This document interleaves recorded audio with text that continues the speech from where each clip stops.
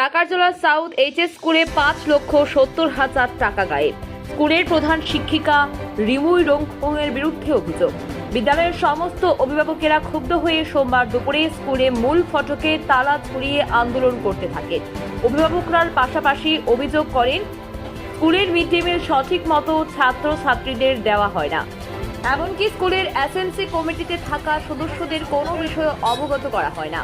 প্রতিনিয়ত স্কুলে যারা ফান্ডিংয়ে আছে সমস্ত কিছুই গায়েব করে নিচ্ছেন স্কুলের প্রধান শিক্ষিকারা সহ পেছনে থাকা শাসক দলের নামধারী কিছু শিক্ষকেরা।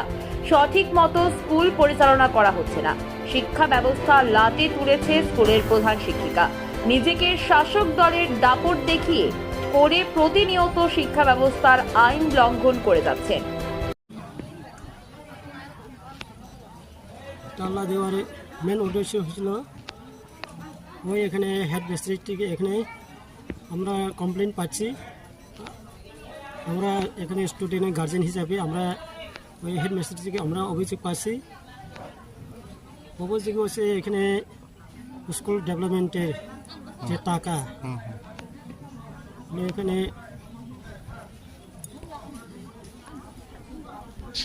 যে টাকা যে স্কুল ডেভেলপমেন্টের যে টাকা ছিল হেডমিস্ট্রিতে টাকাটা মানে নৈশয় করছে।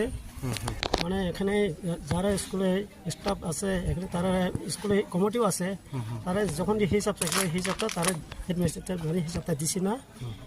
তারপরে স্কুলের যে স্টুডেন্টের যে ভর্তি টাকা 800 টাকা করে বা স্কুলে যে পিকনিক যে যাওয়ার লাগে টাকা তারা টাকা যে টাকা যে দিছিল ওই টাকাটা তারা এই যে হেডমিস্ট্রির শক্তি দেওয়ার টাকা হেডমিস্ট্রি মানে